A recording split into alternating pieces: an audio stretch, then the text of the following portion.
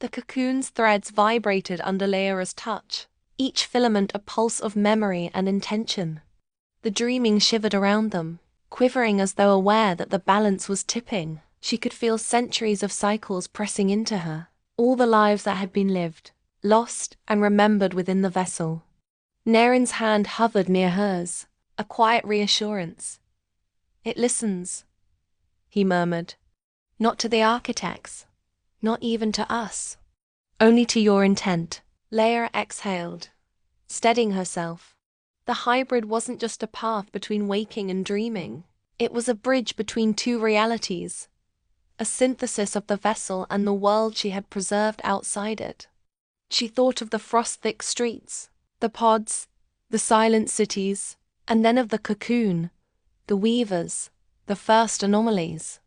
All of it called to her. Her fingers closed over the threads. The glow surged upward, spiraling around her hand, up her arm, connecting to the helix beneath her skin. The dreaming bent toward her, weaving a lattice of light and thought, responsive to her will. "Laera," Nerin's voice was quiet, almost reverent.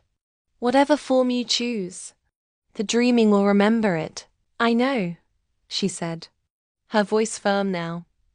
"We can't just continue the cycle. Not like the architects designed. Not like it was before. It has to live and breathe, with choice, with awareness." The cocoon began to unravel, not in destruction but in transformation. Threads lifted from its core and spread across the dream city, threading themselves into streets, buildings, and drifting fragments of memory. The fragmented architecture coalesced, becoming a hybrid, part waking, part dreaming, part something new that neither reality had seen before. Laera felt the pulse of the sleeping minds deep below. Thousands, maybe millions, as the vessel aligned to her intention. Not total control, not dominance, but coexistence. Each sleeper remained undisturbed, yet the loops and cycles softened, flexible now, capable of being shaped by consciousness outside the pods. The first echoes of life returned to the dream city. Children laughed in the squares, birds stirred in the artificial sky, and a faint breeze carried scents of frost, earth, and fire. Memories reformed, but they were not static. They rippled, shifted, responding to her presence.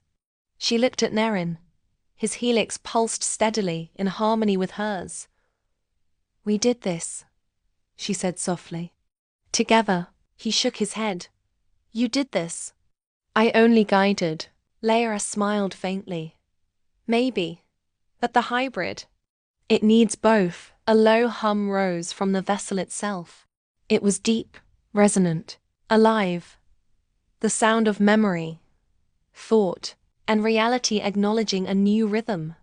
Threads of the cocoon intertwined with the city's streets, the helixes beneath their skins glowing brighter, binding the waking and dreaming into a single conscious tapestry. The first weavers, Myra and Kale, flickered in the periphery of her awareness, their essence recognizing the new balance. And the stranger, the architect who had guided them, whispered through the currents of the loom, unseen but present. For the first time, Laera understood fully. The dreaming was no longer a vessel designed solely by the architects. It was a living, breathing hybrid, a reality shaped by those who dared to choose. And she had chosen. The city exhaled again, but this time it was not a rehearsal. It was a full, deliberate breath, alive with potential, and waiting for what the future would bring. Laera stepped forward into the light, Nerin beside her, and the hybrid city stretched out before them. A bridge between what was, what is, and what could be.